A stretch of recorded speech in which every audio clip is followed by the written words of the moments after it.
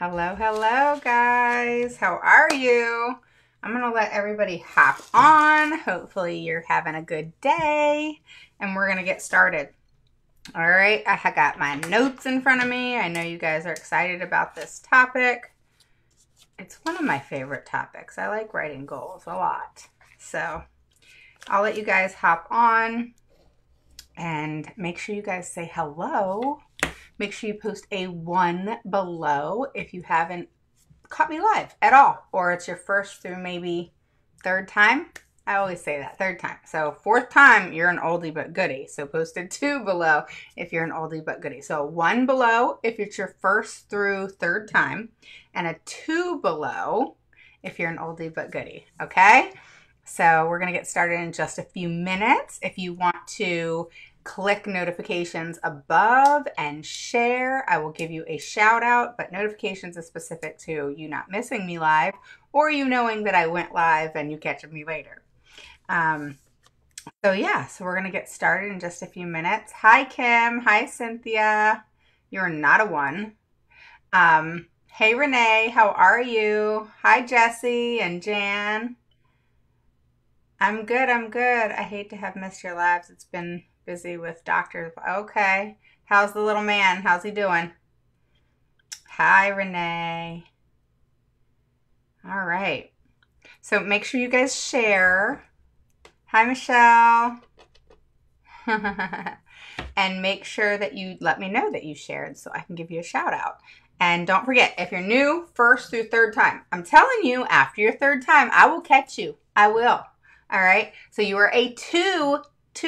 Look, I couldn't even put my fingers up. You're a 2 if you are 4 through whatever time you watch me, okay? So if you're 1 through 3, you're a 1. All right, so for those of you who don't know me, my name is Raven Woods, and I'm the CEO and founder of Autism Mama Rocks, the IEP, and I help parents gain the knowledge and the confidence to become the CEO of their IEP meeting. So welcome.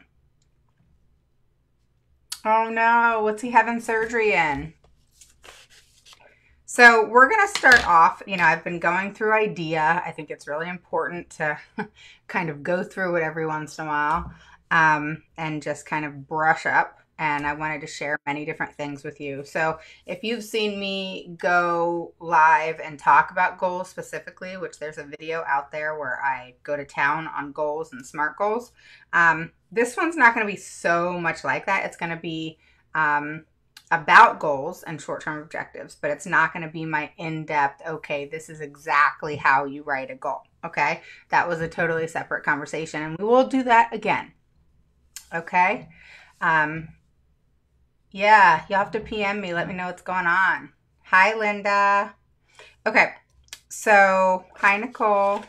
So basically, we're going to talk about the IDEA portion of it, okay? So I'm not going to get into in-depth stuff. You guys know how I go in-depth when it comes to goals, and I say, okay, write them like this, or I'll share my screen. So I'm not doing that tonight. I'm going through goals, and I'm going through how to, be clear on them and them being clear to others. And then short-term objectives and kind of the name change there. And then we're going to go to academic and functional goals, okay? Are you ready? Yes. Okay, good. So everybody's wishing Jesse's little boy a good surgery that he has to have come July. So hopefully he's going to be okay. All right, so we're going to get started. So in IDEA, they eliminated what's called short-term objectives. I'm still getting used to that, okay? And it's short-term objectives and benchmarks that was eliminated. So I call them short-term objectives. I've always called them short-term objectives. I've never added benchmarks, so it's not really a loss for me. But some people have called them short-term objectives and benchmarks. They're no longer called short-term objectives and benchmarks. They are solely short-term objectives. I can't even talk right. Okay, so short-term objectives. Just remember short-term objectives, all right?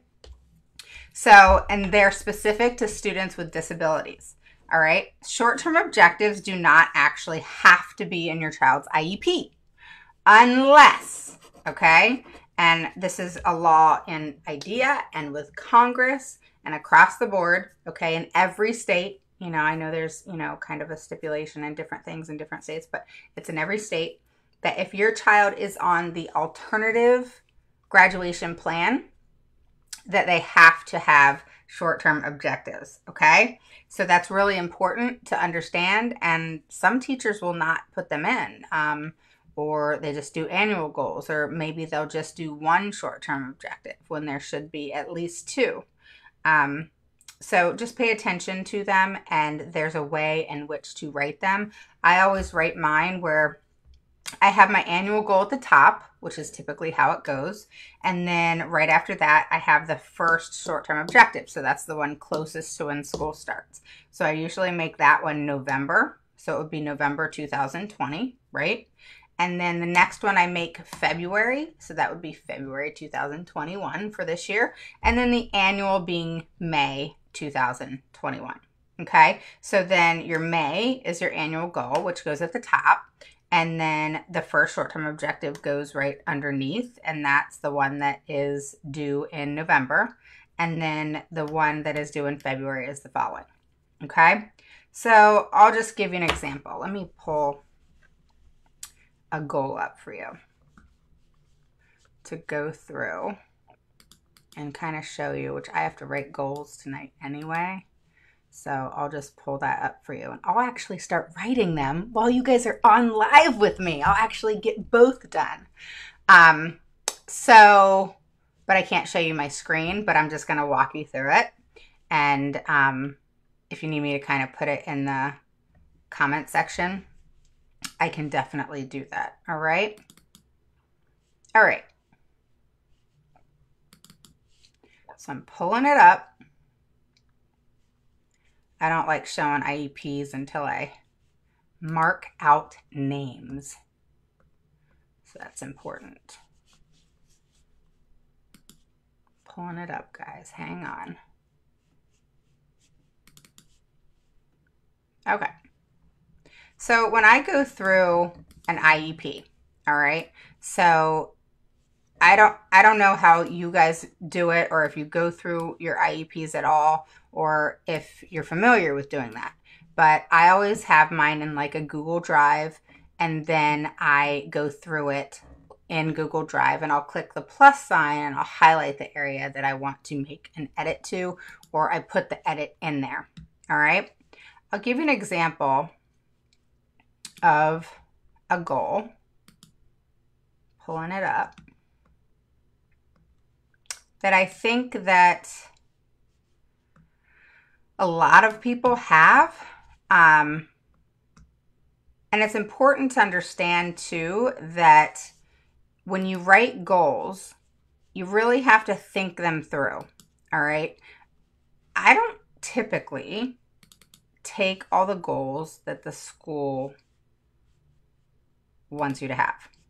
So I'll take those goals and I'll make them my own, because a lot of times the school system will write goals in a different way than they're supposed to be written. And, you know, it's not always that they're writing the goals bad.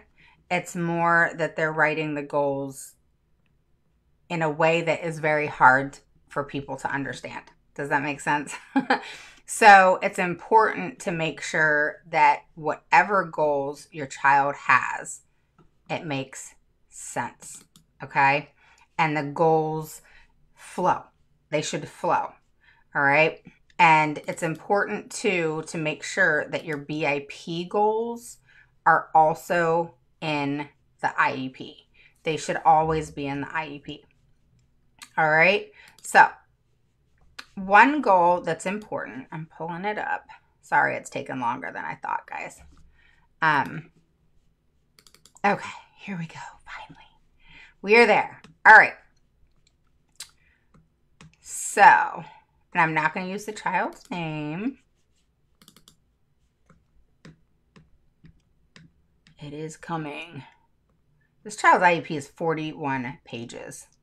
My child's IEP is not 41 pages, but this child's is.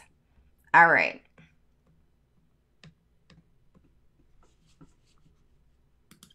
So if you have a goal, let's just say your goal is, and if you want to post a goal that you guys have in your IEPs, that is totally fine. I will use that and I will go over it with you and kind of help you navigate a goal. I will do a couple people like that. If that's something you'd like to do, let me know. And you can post a goal that you have and I will help you fix it. Okay? I don't know why this isn't coming up. I had like technical issues before I got on here tonight. So if I can't find it, then I'm just gonna tell you guys goals. Yep, it looks like it is not going to show up for me. All right.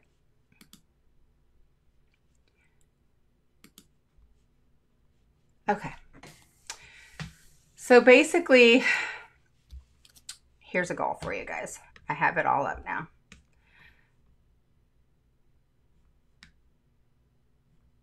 All right. So if a child has a goal, for example, to, and it keeps going off. I apologize. If a child has a goal, for example, to, I'll actually pull one of mine over here. Let me read one to you. All right. To improve their ability to tolerate safe and appropriate close proximity. All right. So some children with autism can't handle that, right? So how would you make a goal with that would make sense? All right. So how would you write that in a way that makes sense, but will create a goal that can be smart, that's specific and isn't kind of stupid, if you will, and makes a whole lot of sense. All right. So basically what I would do with this goal, because I have one in front of me because I'm getting ready to make goals later, is I would say the child's name. I would say Benjamin will tolerate. So you never want to say, and these are words that I wrote out, it says will improve his ability. No. You want to say Benjamin will tolerate, all right, so skip the will improve ability, all right, will tolerate safe and appropriate close proximity to others as measured by report data collection, data sheets, and show improvement by May 2021, okay? So you want to make sure that the goal is specific. All right. So let's go to another one.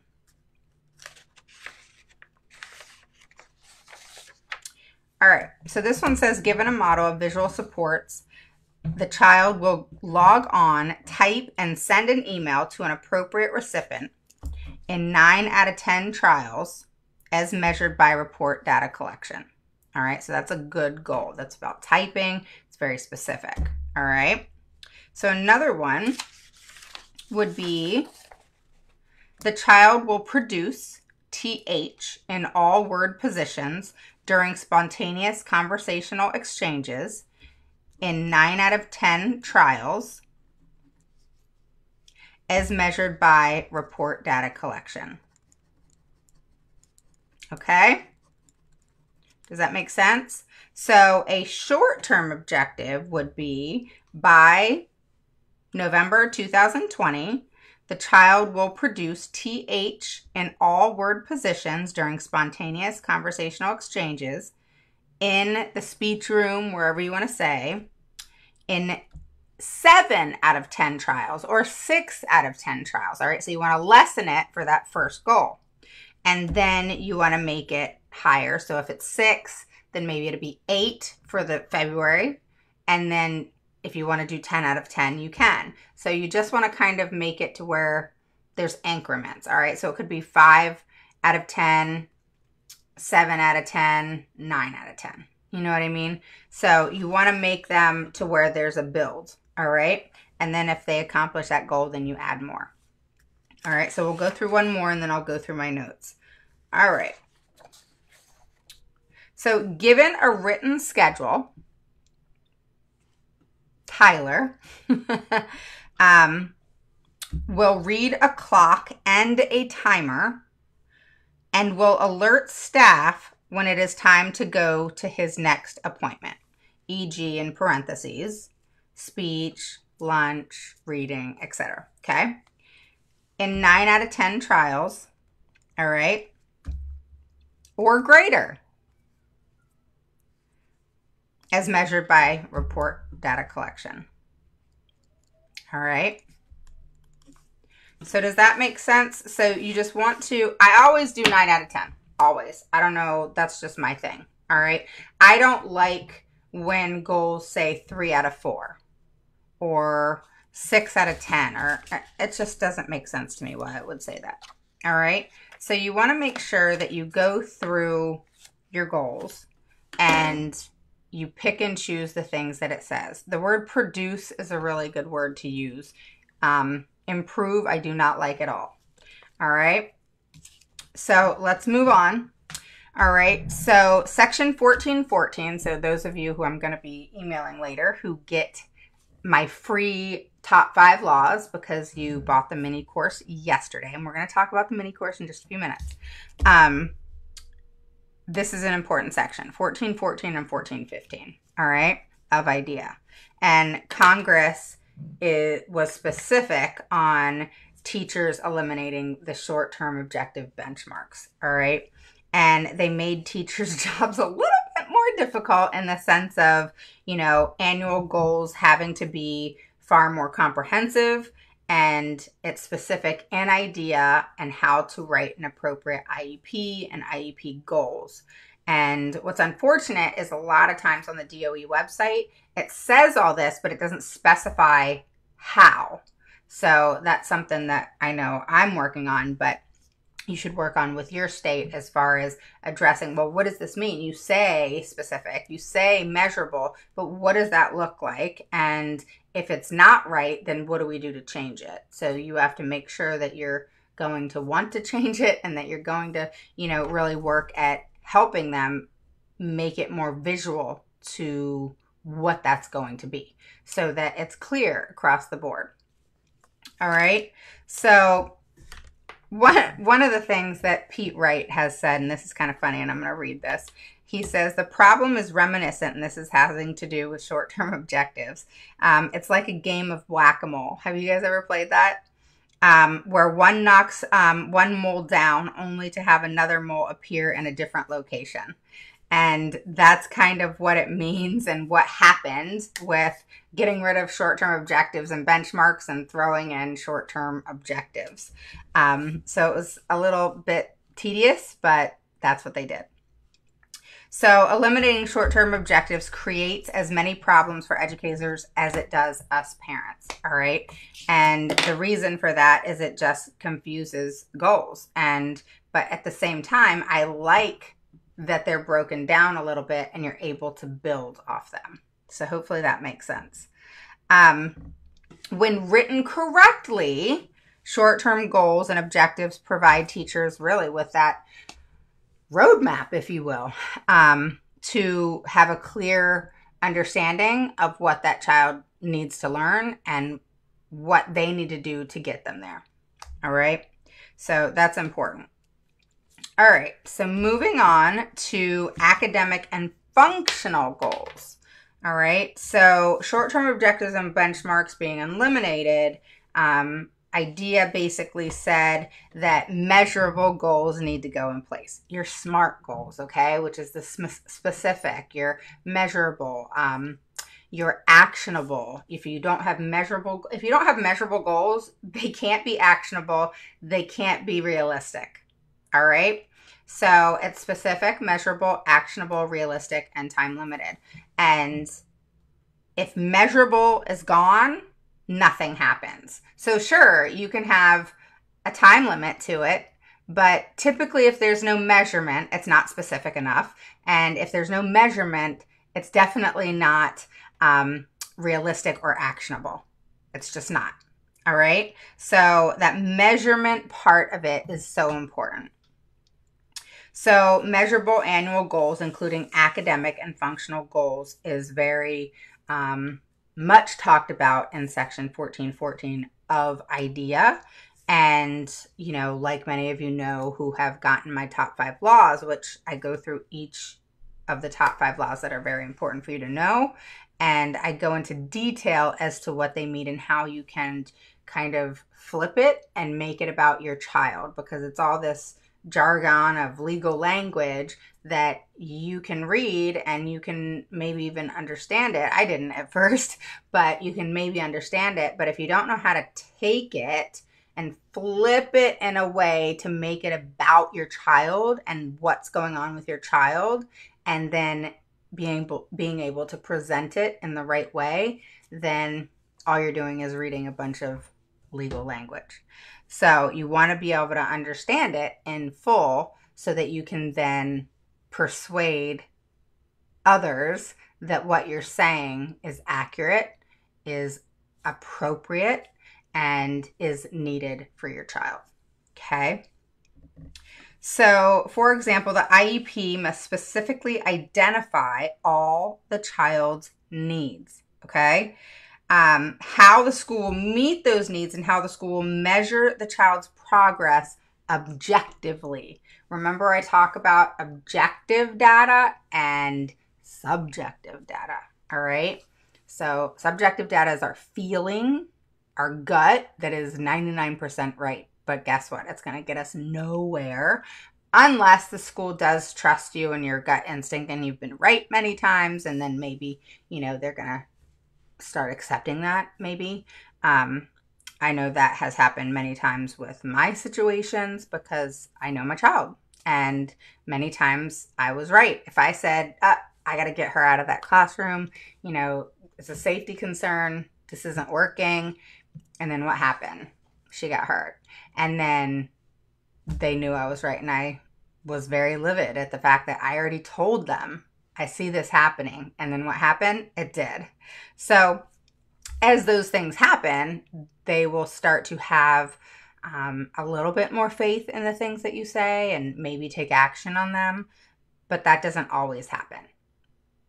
It's just unfortunate. So you have to have objective data on everything that you say, on everything that you do. And sometimes it takes a minute to get it. It doesn't take long, but it does take a minute. All right. And you have to be patient. Just like an IEP is not always a one and done, getting that objective data is not always an immediate. Okay. Snap your fingers and it's right there. But you will get it. Okay. All the parents that I've talked to who've, you know, needed to get whatever documents they needed within 2 to 3 emails, they have it all. And the ones that didn't, we made FERPA violations and complaints. And just like the complaint I showed you guys, 2 days ago? These are things that you have to do so that action is taken.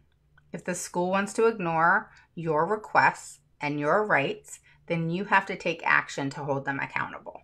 Okay? And typically, after you hold them accountable a couple times, they stop messing around. Okay, so if your IEP goals are not specific and measurable and do not include academic and functional goals, the IEP is defective.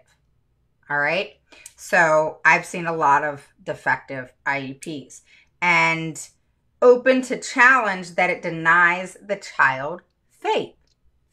And so, you know, I'm going to go back to that complaint, go watch that video. It's like 2 videos ago. I think it was Sunday. I spoke about how I was thinking when I wrote the complaints. All right. What I went through, you know, the things that I went through, how I actually pulled out my phone to look at dates on a log, a speech log that a parent had provided me. And I was looking at the log and the dates just seemed to like skip a lot. And so I started looking at my calendar and I went through the dates and found out that over 2 months worth of speech wasn't given to this child. And no one told the parent. Not a word. Nothing. And that's a denial of faith.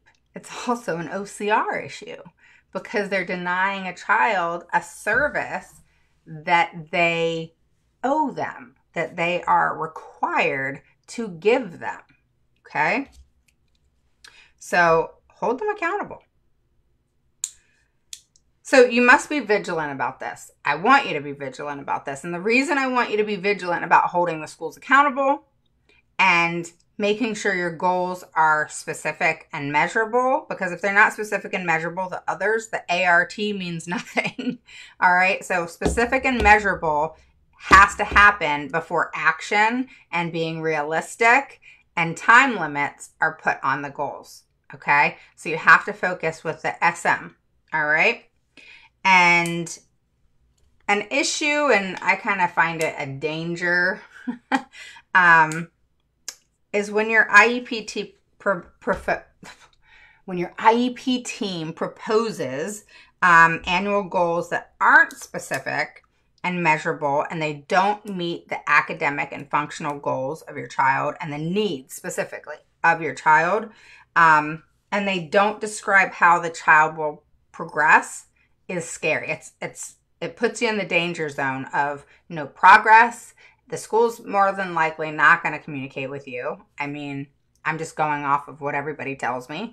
I've had the experience myself, of course, but everybody that I've worked with, they don't communicate with me much. Or when I do communicate with them, they always kind of push my question off, or, you know, it's not fully answered, and all these different things. I'm not saying they never communicate, but a lot of times the communication is not effective and clear.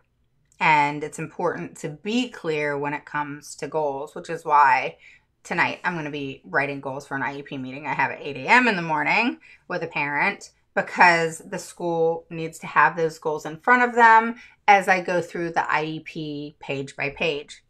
The school actually had the nerve, and maybe I'm just kind of crappy with this. You guys can call me out on it. I'm all right with it. They actually messaged me and said, you know, are you going to provide us the goals that you said that you were going to provide us? And I was busy today writing a settlement, and I got to thinking about it, and I was like, okay, wait a second. You didn't provide the parent X, Y, and Z for months, but you want me to get you the goals way in advance so you can take a look at them?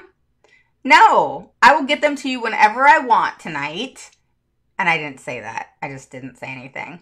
But in my mind, I'm like, I will get them to you whenever I want tonight. And you can go through them with me as I go through the IEP page by page. And if you've got something to say about it, that's the time to say it in the IEP meeting. Okay? I'm not going to give you advance notice of what's going to happen and, you know, what's going to take place or what those goals are going to look like. Let me just tell you, they're better than yours. That's all you got to know, is they're better. And you can't disagree with that. I know you can't. And I'm willing to negotiate, and I'm willing to work with you if you want to give me and feed me information that makes sense and is about the child and about their needs and about who they are today and where their present levels are. Now, if you can talk me into changing something in the goal, still keeping it smart, from what I have written, then I'm open to that. But I'm not going to just change the goal because you don't like that you actually have to have report data collection now. That's tough luck. That's not changing. I'll go to mediation and due process if you got a problem with that. So they should never argue with you when it comes to data, and they will, because they don't want to do it. They don't want to have to provide you with that. They don't want to have to prove that possibly, just possibly, things aren't getting done or your child's not meeting their goals. They don't want to tell you that. Do you think that you're going to be given a phone call and saying, hey, how are you? I just wanted to let you know your child's not meeting their goals, but, you know, hopefully you're doing good. You know, it's just not going to happen. All right. Hi, Castillo. How are you? So make sure you post below a 1 if you are new. It's your first through third time. Post a 2 below if you're an oldie but goodie. All right, so moving on. Teachers definitely need to work harder when it comes to thinking more creatively when it comes to creating annual goals. So not only do teachers have to know how to create and make annual goals that are smart, but they have to be able to get creative in making annual goals that address all the child's needs, you know? And that's a lot. That's a lot to have on your plate, especially when those goals are going to be criticized. And I always did not agree with my child's goals. All right. I'm still tweaking goals. All right. So goals are the one thing that always are going to change. Okay. So present levels of academic achievement and functional performance. The reason why it's at the very top of the IEP is because it's so important. If the present levels are wrong, you guys need to have them changed. You need to address that right away. You need to make sure it changes, and you need to make sure that it changes to be extremely accurate to a T.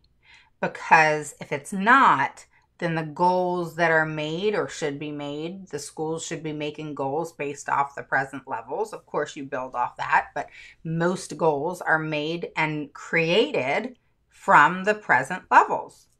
All right. And if the present levels are wrong, the goals are going to be wrong. All right. So there's been some parents that I speak with, and they're not following the present levels. They've never really touched the present levels. They just kind of read it over because they see in the present levels it says strengths, weaknesses, whatever, and you kind of jump below to get to, you know, services, accommodations, and modifications. You kind of skip over goals, or you look at them a little bit, or you say, you know, you think the teacher knows what they're doing and you just trust what they say versus question things. And you always want to question things. You always want to make sure that what is being put on that paper is accurate. Every bit of it, which is why you need to go through it page by page. All right? Because if you don't, you're going to miss something.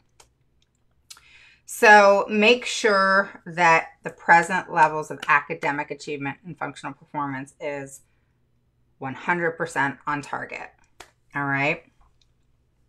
And you want to make sure that the developmental needs are addressed as well. All right. So that can also be put into goals. It can also be something that is provided a service for. All right. So address the child's academic achievement and functional needs. And that should include research on like we were talking about yesterday, research methodologies. So research methodologies should be used in whatever it is that your child's learning based on their present levels of academic achievement and functional performance, which in that arena, in that area, usually right above it, is where your child's evaluations will go. And so you got your evaluations, and then you got your present levels, and sometimes in your present levels is the result of those evaluations. Well, that all goes together. Then what happens is you have to further it and keep going and build off of not the strengths, but the weaknesses. But there was an IEP that I worked with, and I think it was the speech therapist put in the strengths area actual weaknesses, which was kind of weird for me. But she thanked me for correcting her.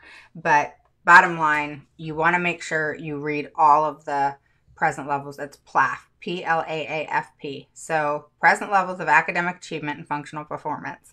And say it a couple times because you won't say it right the same way each time. There's so many different wordings in special education. It's hard to get your head wrapped around it. And believe it or not, using the right wording in the IEP meeting is a good thing. All right. It shows that you have knowledge and that you are taking this seriously. The school systems do not like you having knowledge. Some of the parents that I'm working with are ones, and they'll say this, that they just didn't know. They didn't know. And that's okay. And then all of a sudden I come into play and the school system all of a sudden is providing things that they haven't received in over a year.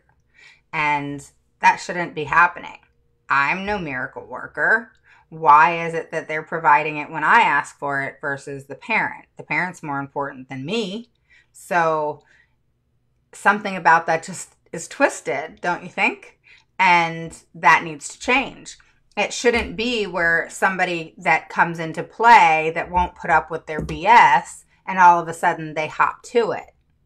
And that shouldn't be the way it should go. It should be where if the parent asks for documentation, or they ask for their child's records, or they ask for a progress report, or they ask how their child's doing, that they're going to get honest answers and they're going to get the items and data, etc., that they want.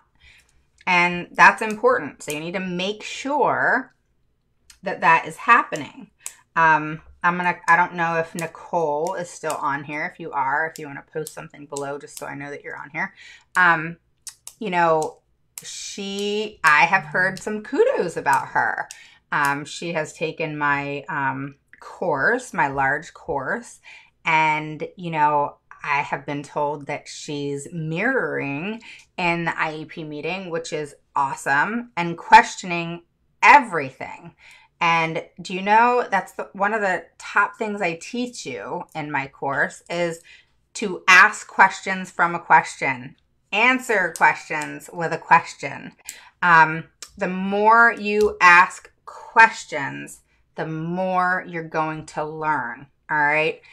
Your child's doing da da da da da. Oh, what are they doing with that? How is that working? How is that happening? Is she improving? So keep asking questions. I'll tell you, when you start going like this with the questions and firing them off, things come out all kinds of different ways, and you're learning a whole lot, and you gain and can create your case. I always say we become lawyers. We are lawyers. We just we haven't taken the bar exam. No, you know what I mean? That's what I teach, is you actually have to do the research. You actually have to study your child. You actually have to know them so well that you can just fire off these questions based off, you know, what the teachers and educators are saying in the IEP meeting. And the more you fire something off over and over and over and over, the more things come out differently than they maybe even expected to say it, because they're not expecting you to just bam, bam, bam, bam, just fire them off and know what you're saying and go, go, go, go, go, because it catches people off guard. You want to catch them off guard. You want to catch them in a place where they're not comfortable anymore, because you're sure as hell not comfortable at that table, more than likely. So they need to be uncomfortable. That should not be a seat that they sit in and feel comfortable when you're there. I like the fact that my team hates having to sit around the table with me.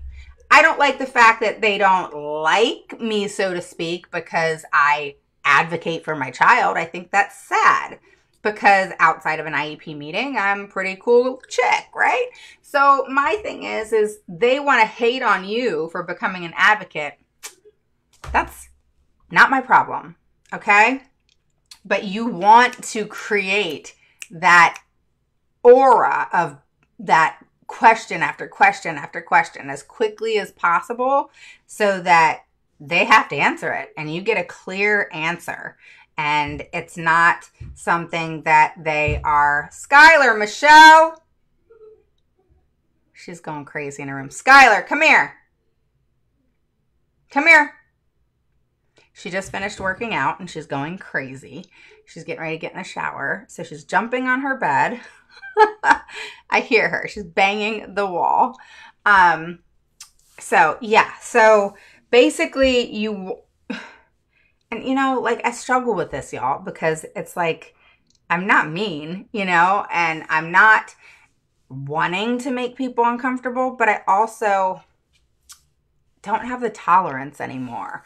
And the leniency of providing a safe space, which is what I usually like. You know, I talk to people about, you need to create a safe space for Skylar. You know, she has to feel comfortable to be able to come up to you. She has to feel comfortable to be able to say something, and you're not gonna, just like anybody else, you're not gonna ridicule them or make them feel bad, or, you know, people need a safe space, and then you get people that are gonna communicate with you, right?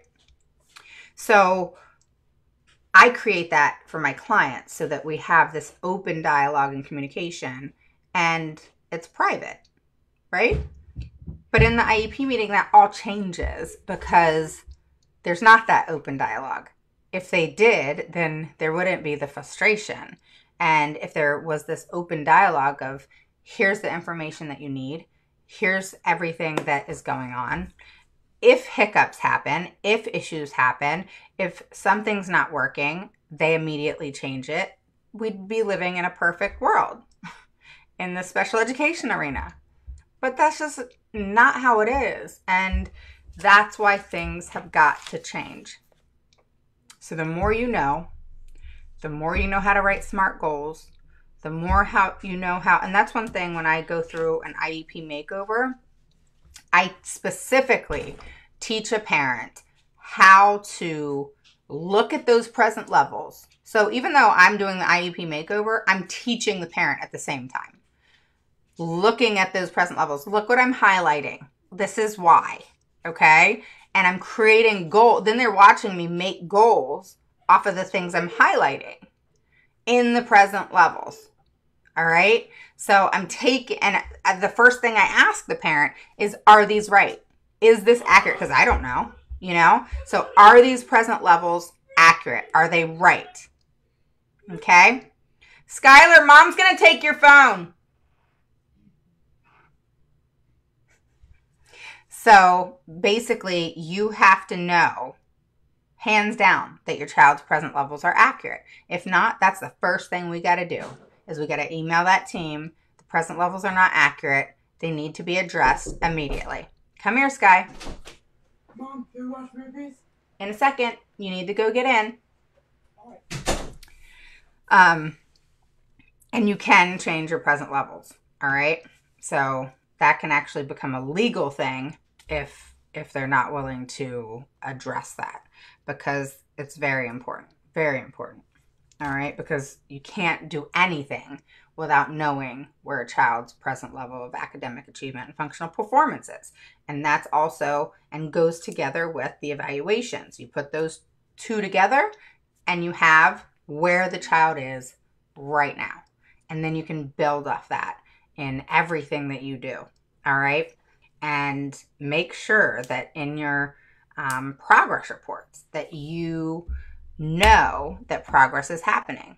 And if you don't, and it's not being shown to you, I know the phone always works. Yeah, I just got to say, I'm going to take your phone.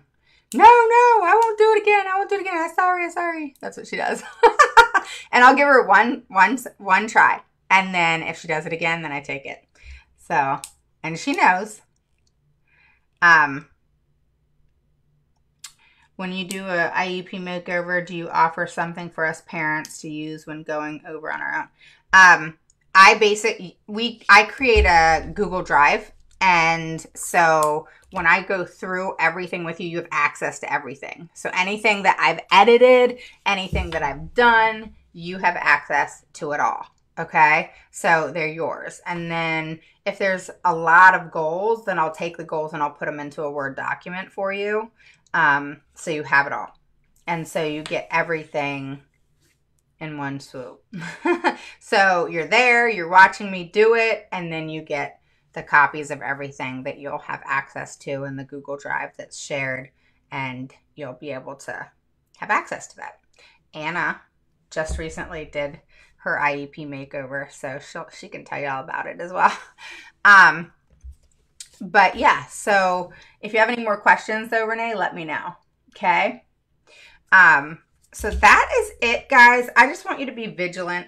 Don't get into the danger zone of where the annual goals are not specific and measurable. All right. The two most important letters in the SMART goals is S and M. Because if those don't happen, the ART does not happen. All right. So ART doesn't happen if SM is not accurate. All right. And precise and happening right on that piece of paper. Okay. And you need to speak up if you go to an IEP meeting, just hypothetically, they give you a draft, which is fine as long as the knowledge is there on both ends and you put it in writing that the IEP is going to be edited and changed in the IEP meeting and you're both on the same page there. Be vocal on, I'm going to go home, I'm going to look at the goals, and if you have a draft, you can already look at the goals, and you're going to go through them with a fine-tooth comb. You're going to go through your services and accommodations and modifications with a fine-tooth comb. So one of the things that she did my IEP makeover plus redo all the goals, which is crazy. You'll love her and learn at the same time. Thank you, Anna. So going into services, accommodations, and modifications, as you guys know, I launched the services, accommodations, and modifications mini course yesterday. It's awesome. I love it. You basically, because I've gotten a lot of these questions today, you basically get to have your own account. Okay, so you set up your email, you set up your password, and then everything's on the inside. So on the inside is your videos, and you can watch them at your own pace, at your own time, on your phone, your tablet, your iPad, your computer, whatever you want. And it will teach you from top to bottom what you need to know about services, accommodations, and modifications. I give you a 35-page workbook filled with so much information, even things that you can work on and write in, with hundreds of modifications and accommodations, and even many services that are not on the internet. Like when you Google IEP services, for some reason, these services don't pop up. I don't know why. I don't know why. But you need to know of all the services that you can possibly ask for, because if it's needed and appropriate, it has to be done. And then all the modifications and accommodations. And it's important, especially going into this school year and everything that's happening right now. Even with, if we're home early in the year, you still want, whether it works or not, guys, I know many of our kids are not going to learn online. But do it anyway, okay? Because it can actually hurt you if you don't. So get the services, get the accommodations, get the modifications, and whatever needs to happen. Because come school year, it's more than likely going to be mandatory in every state for the child to be learning online. So your child is going to have, your child's IEP is going to have to be followed. And so whether our kids learn online or not, we have to suck it up and do it. And you want to get your IEPs in order right now. And yes, they are meeting with us. They've met with me in June multiple times. I have many July IEP meetings and August. So they're meeting, okay? They realize the seriousness, I believe, of having that IEP created right now before school starts, and whether that's online or in person. All right. So you've got to get your IEP straight now, because it may not be a one and done for you. You may have to do 2 or 3 to get it right. So the first one may be a build, and then the second one is a build from that. And then the third one, you kind of smooth it all together. Right. So I always say third time's always a charm, but the first time is when you want to really get it done and get the most done. Okay.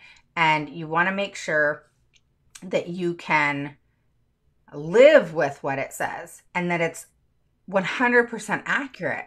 And it shouldn't be something where you just say, oh, okay, I'll just accept that. It's not really a big deal. No, it's a big deal. If you don't agree with something and there's a reason to back that up, then no, it shouldn't be in your child's IEP. And you need to present yourself in the right way and present your argument objectively and get it taken out or changed. Okay? Don't fear just because they say nope and they give you a couple things. All right? So if they just give you, say you want OT and speech, and you win speech in the first IEP. Okay, that was a win. That doesn't mean don't go back for the OT. You 100% are going back for the OT. I always tell parents, if they're going to give you something, sign that damn IEP, unless you don't agree with everything else. But get that handled, then go after the next thing. All right? A lot of people want to go after all 10 things at one time, and that's just not going to happen. Unless it's minor things, okay? There's a lot of things that can happen depending on what they are, okay? But if you're really pushing, all right, and you're asking for 5, 6, 7 things, some things are good. And then you go back, all right? And it will happen. But IEPs are not always, sometimes they are. Sometimes they are. But they are not always a one and done. Okay, you got an IEP career ahead of you, and you have to just learn. This whole process is extremely frustrating. You just have to learn to be patient, because along the way, things are going to come up. Even if you have a good IEP, you want to make sure that it stays that way. And so it's always work. You're always doing work, okay? So you can't think that, things are quiet, things are good, I don't have to worry about this. And then you get lazy. I know, I've done it. And then all kinds of shit happens. You're like, what just happened? Have you guys had that happen? I have, where I'm like, you can breathe. Everything's good. You're getting along with the team. Everything's going right. Your IEP's straight. You feel good. And then the rug's pulled out from under you. So you always want to be prepared. You always want to keep things in writing. Right now, it's keep things on video. And that is your data. So when you're working with your kids each and every day, I'm working with my child through the summer. You want to make sure that you're taking video, and that is your data. Because believe it or not, you are the data collector right now.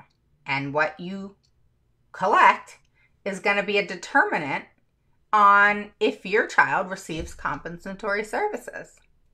So how good you are at data collecting is going to be the result of your compensation of those services that are given to your child based off possible regression, or really just not having the services at all, okay? So you have to make sure that you're doing your due diligence as the parent, and then, of course, making sure that the school does the same. All right, so let me go through if you guys have any questions.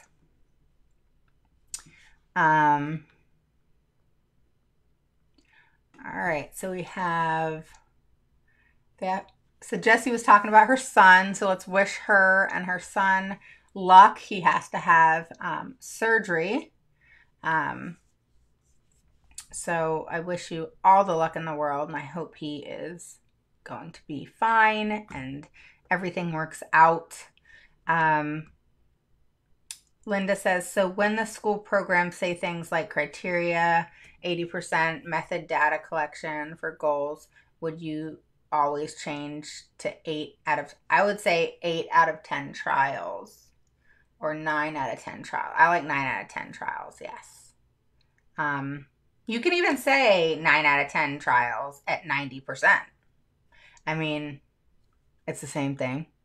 One thing you can also add is in what amount of time are those 9 out of 10 trials done?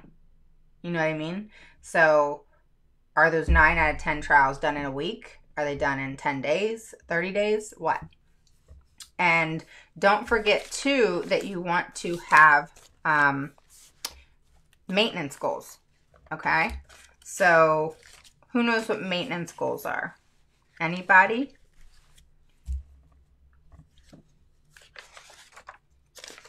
I'll wait for you to talk to me. I'll sit here.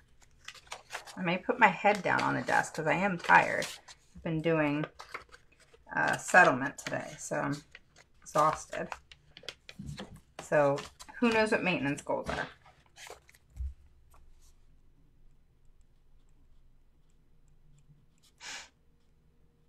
Anybody? All right, so I'm going to just tell you. Okay, so say your child mastered a goal last year, okay? Or this year. And then you're creating new goals, right? Well, you always want to have goals in there that are repetitive, and they can be in the short-term objectives of a goal that may be built off of it. Okay, because there can actually be 3, 4 short-term objectives, but they can also be goals on their own, which is what I prefer. All right, so if your child learned how to tell time on an analog clock by the 15-minute and by the 30-minute and the half hour, then that can be a repetitive goal, and they need to remaster it, make sure it is mastered by November. Okay, and then you can do it again for February. Have they continued to know that? And you don't have to do all goals, just ones that are kind of important to you. That could be mathematics in certain areas, how to carry, with subtraction or whatever, or continuing their multiplication. But you have to pick and choose, and then make sure those goals are created. The team will not create master goals, like goals that are repetitive like that they've mastered. So they're going to change them up. So it's going to be up to you to create the maintenance goals. And that's very wise, because most children with autism and special needs do not always maintain their goals. So you want to make sure that you have something in place for that. All right. You feel that this school deserves to have crap sponge. Castillo says, is there a protocol binder of IEP goals that give teachers or parents goals, or how to write goals? I've seen like things out there, but they're crap. You kind of got to get in and do it. So it's kind of like being taught how to do it, and then you get in there and do it yourself and ask questions where that may arise. That would be my best suggestion. I mean, it's definitely how I learn. Like, I wouldn't learn from getting a, kind of like my IEP checklist. People love that. But if it was like an IEP goal creator, that would not be specific enough, because you wouldn't know what I did to create what I did. You know what I mean? So you kind of need, and I'm thinking about that. I'm thinking I'll do a poll, okay? Where I was thinking about creating a course where I showed you on, say, 2 different IEPs, how I transform them all. Thinking about it. But no, seriously, you have to, I would say you need to be taught, shown how to do it, and then you go do it yourself, and then ask questions as needed. So I think that would be your best bet.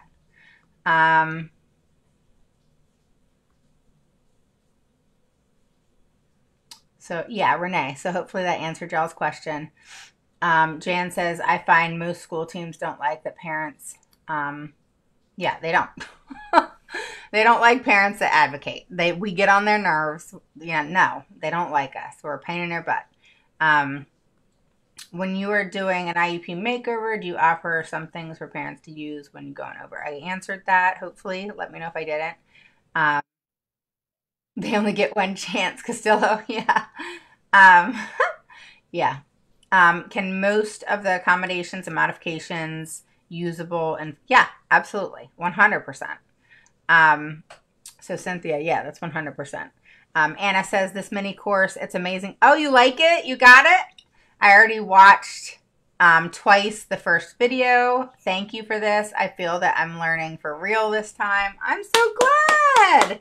So if you guys want the services, accommodations, and modifications mini course, hey, Cynthia or Anna, will you copy and paste the link for me right here in the comments for them? That would be awesome. Awesome. Or Linda or Renee. I know you guys have done it yesterday. All right. So I just heard this last weekend our school is going to have summer school. I'm so excited that he can go back and get back in the routine of things. Yeah, that's awesome. My son has a 504 because he has ADHD. I'm terrified that when I ask for an IEP, it will be denied because he also qualifies as gifted. That's not true. That's not true at all. 100% not true at all. Okay? Not true. Any chance that you can do a mini course of how to do a good collection data? Goals that were mastered that kid continues to work on to make sure that still have the skills. All right, so Anna, just answer that question. I will do a poll and I will say, do you guys want to learn? I mean, because in my mind, I'm like, you can't really teach a course on how to collect data collection. I can tell you what to ask for.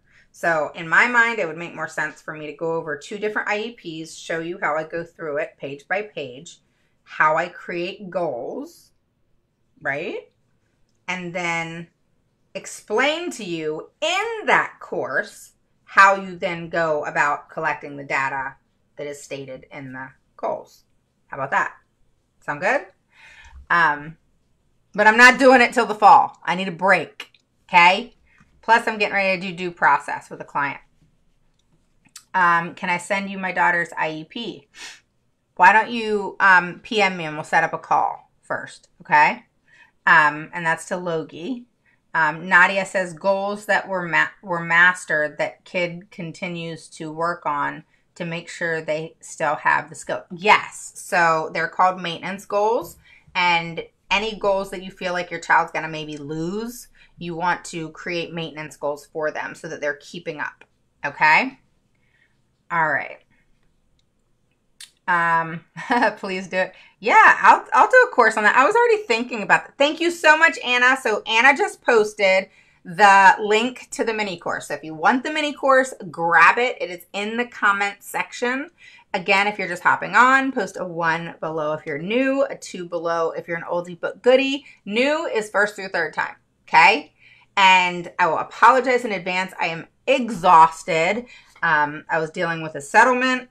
I was dealing with, I have to stay up and write goals, and it's 10 o'clock here. And I dealt with a negotiation with an attorney in regards to a due process today. So I am beat. And I told Skylar I would go for a walk with her at 3 o'clock, and at 5:30 I was still working. And I got up at 5. Yeah. So, anyway, hi Marina, how are you? You're welcome, Logie. So PM me. We'll set up a time to talk, okay? I do my best talking with parents first thing in the morning because the rest of the day is crazy. So we can hop on a call in the morning if that's what you want to do. But it can't be tomorrow morning because I have an IEP at 8 a.m. And I have to mentally prepare myself. I will be getting up probably about 4:30. And I still got goals to write, which is probably going to take me a while, and it's a mess. So, and she had some talk burn her ears. All right. All right, guys, I guess that's it. Hi, Marjorie. How are you? All right, guys, so grab the service. It's services, accommodations, and modifications mini course. It's cheap. It's under $50, guys. It's so cheap. And you get your own account. You can go in anytime. It never goes away. Okay. You sign right in and you actually get all the videos and the workbook, and you can take your time, work on it whenever you choose. There's no rush. It's not going to go anywhere. And you can watch it on a phone, iPad, or a computer. Okay, if you have any questions, please PM me and I'd be happy to answer them. You're so thankful. I can't even talk, guys. I'm so sorry. I'm tired. Thank you so much to Renee. I appreciate all your love and support. But yeah, so I will talk to you guys soon. And yes, I promise that once I get through this due process and with a client and you know, summer, probably the end of summer, I'll go through and do a video, and I'll create a course on the IEP makeover, all right, of how you do it on your own, all right? So it'll be going through it like that. But if you're interested, I do have a couple spots available. One was taken today. I I do have a couple more spots available for IEP makeovers where I take over your emails. I make sure that a IEP is set up. I make sure you get all your records. I make sure that you everything's put in play to where they're ready to play ball. And I make sure that you your goals are where they need to be, or I redo them. I make sure IEP is straight, and we get you ready for a great IEP and next year to be extremely productive. Okay, so you're welcome, Anna. So I will talk to you guys later. I will be going live probably tomorrow during the day for a few minutes. But then I will be on and back live on Thursday, and we're going to be moving on into evaluation procedures, how to monitor academic progress, and we're going to talk about consent for evaluations, among other things, and how parental consent is extremely important.